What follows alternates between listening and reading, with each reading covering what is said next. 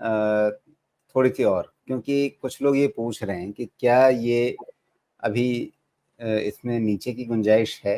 मैं एक सवाल देख रहा था, ये संदीप पूछ रहे हैं कि क्या ये 20,200 पर भी जा सकता है। और एक हमारे दर्शक हैं अंकित सिंघल साहब, ये कह रहे हैं कि इन्होंने निफ्टी बेचा हुआ है क्लोजिंग पे। अब किस दिन की क्लोजिंग पे पता नहीं, शायद पिछली क्लोजिंग पे। तो ये पूछ रहे हैं कोई स्टॉप लॉस वगैरह कुछ लगाएं क्या।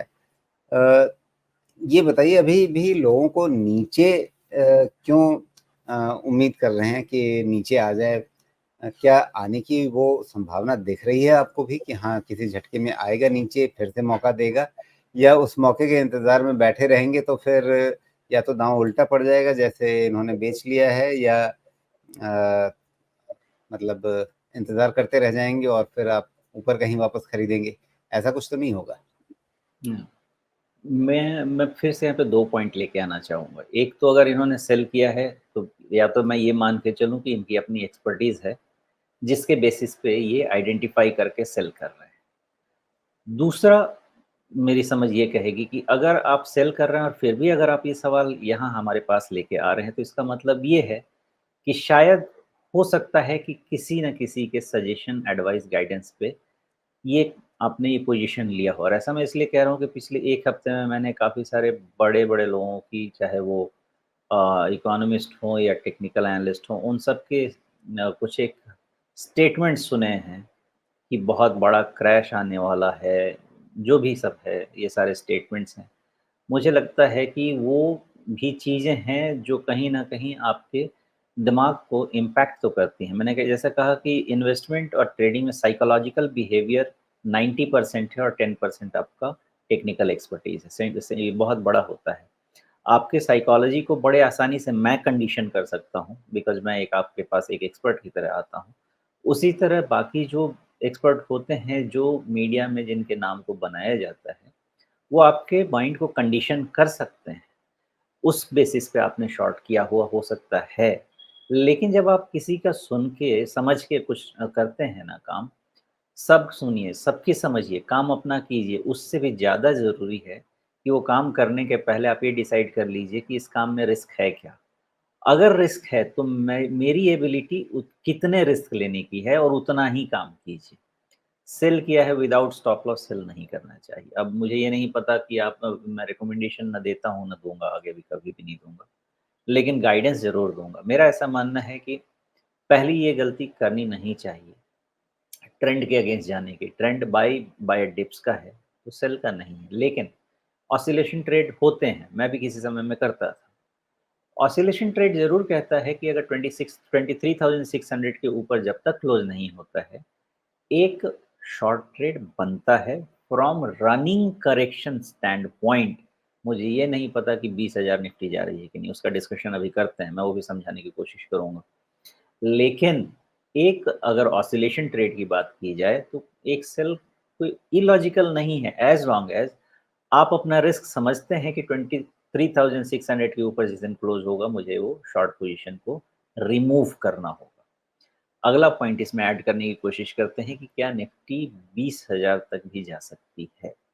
देखिए भाई साहब, करेक्शन जब होता है ना, तो आपका लेवल्स एक नंबर बन के रह जाता है। जब भी शार्प करेक्शन होता है, आपको हर टेक्निकल एनालिस्ट से एक अलग टेक्निकल लेवल मिलेगा और वो इसलिए मिलेगा, किसी को कुछ समझ में नहीं आता है।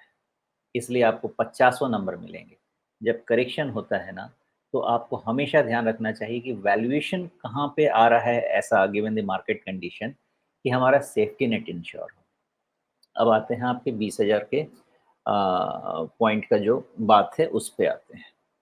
तो निफ्टी का मैंने बहुत क्लियर कट, और इसमें मुझे कोई डाउट नहीं है, मैं जब भी कोई कॉल लेता हूँ, बड़ी ज़िम्मेवारी से लेता हूँ और गलत जाने में भी मुझे किसी तरह का शर्म नहीं है। 21,000 के नीचे ही निफ्टी में बड़ा फॉल है, उसके पहले निफ्टी में बड़ा फॉल नहीं होगा। अब रही बात 20,200 की कि बड़ा फॉल है तो 20,200 तक है क्या? देखिए, जब बड़ा फॉल आएगा ना, तो वो उस समय नंबर्स निकलेंगे। अभी तक मुझे ऐसा नहीं लगता है कि किसी भी तरीके से निफ्टी 19,500 या 20,000 के रेंज को किसी भी तरीके से ब्रीच करने के मोड में होगा, क्योंकि वहाँ से हम वैल्यूएशन के फ़ेवर में चले जाएँगे। तो इसलिए पहला आपका मार्कर किसी का भी होना चाहिए कि ट्रेंड का टर्न अराउंड या ट्रेंड खराब कहाँ से होता है। तो 21,000 के पहले ट्रेंड खराब बिल्कुल नहीं होगा, बिकॉज़ जो इलेक्शन डे रिज़ल्ट का जो लो है, बाय एनी स्टैंडर्ड वो बहुत ही स्ट्रॉन्ग लो माना जाएगा। चाहे किसी भी तरह का एनालिस्ट हो, उस लो को बहुत ही स्ट्रॉन्ग लो लेके चलेगा।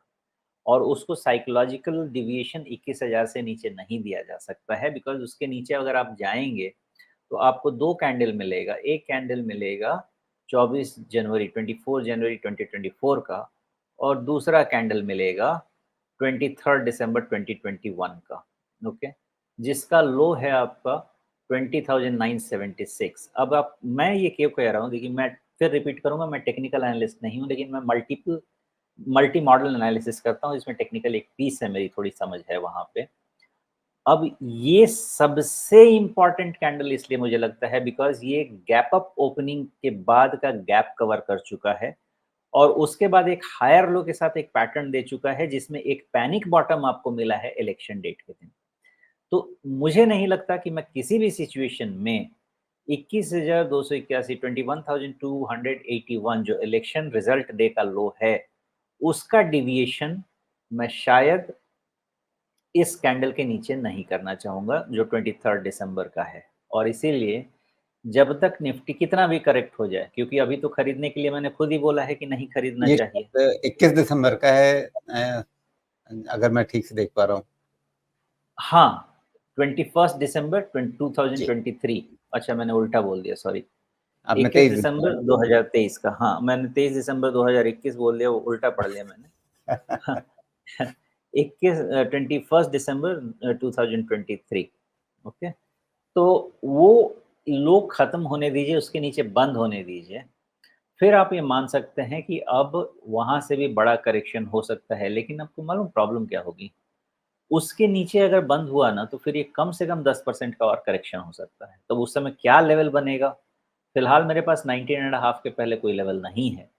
वही मैक्सिमम, मतलब मैक्सिमम लेवल है मेरे पास, और 20,200 मैं अभी बहुत स्ट्रॉन्ग लेवल लेके नहीं चल रहा हूँ। तो जी। देखते हैं कहाँ तक बात जाती है। मेन आपका अगर ध्यान मैं 21,000 पे इनको रहना चाहिए। समझने की कोशिश करूँ कि भई इनके लिए इनके मन में ये 20-200 क्यों आ रहा होगा, तो वो शायद इस गैप को देख रहे होंगे जो गैप बना था आपका 4 दिसंबर को 2023 को। तो ये सोच रहे होंगे कि भई बाज़ार में अक्सर कहा जाता है कि बाज़ार गैप भरने के लिए वापस लौटता है। तो ये उस हिसाब से सोच रहे होंगे कि भई ये 20,300 500 के बीच का बना हुआ गैप है, तो उसके आस-पास एक बार को आ जाए। मैं इसको थोड़ा-सा डिफरेंटली रीड करूँगा राजीव जी, क्योंकि बहुत पहले शायद इस चीज़ को मैंने पॉइंट आउट किया होगा, लास्ट ईयर ही कभी पॉइंट आउट किया होगा, और फिर से इस चीज़ को रिमाइंड करता हूँ। जब आपका बाज़ार ये 20,000 के आस-पास वाला निफ्टी का लेवल निकाल रहा था ना, हाई का, ये आपका एक ब्रेकआउट था, बहुत बड़ा ब्रेकआउट था। तो मोस्टली ऐसा होता है कि किसी भी मौसम में एक बारी 20,000 का विज़िट हो सकता है। ये मौसम शायद ये साल नहीं आएगा। ये मौसम आपको मिल सकता है रेट कट शुरू होने के बाद। जो हाई रेट ऑफ इंटरेस्ट के इल इफ़ेक्ट्स होते हैं, वो अगर अगले साल देखे जाएँ, तब ये चीज़ भी हो सकता है, और इसको हमेशा अपने मन में रखिएगा। बिकॉज़ जहाँ पे भी निफ्टी टॉप बनता है, अगर इंटरेस्ट रेट साइकिल रिवर्स होता है फ्रॉम टाइटर टू सॉफ्टर, तो आपका 20-30-40% वाला करेक्शन टॉप से रूल आउट नहीं किया जा सकता है। उस समय कैसे सिचुएशन बनेंगे, उस समय रीड करेंगे। लेकिन 20 से 40% वाले करेक्शन को रूल आउट नहीं किया जा सकता है, given the axes in the system. बहुत सारा एक्सेस होता है सिस्टम में। तो अगर हम 25 पे भी जाके करेक्ट करते हैं, तो 25 से भी 5,000 पॉइंट, यानी 20,000 पॉइंट, 5,000 20%, करीब-करीब 20,000 तक का करेक्शन हो सकता है। ये पॉइंट्स वैलिड हैं, आने वाले समय में हो सकते हैं। अभी सिचुएशन ऐसा नहीं है कि वो कुछ रीड किया जाए या हो जाए। मुझे नहीं लगता कि हमारे क्वार्टरली रिजल्ट्स किसी तरह से वो इंडिकेट कर रहे हैं, या मुझे नहीं लगता कि हमारे अपने स्टॉक मार्केट के वैल्यूएशंस किसी भी तरह से वो इंडिकेट कर रहे हैं।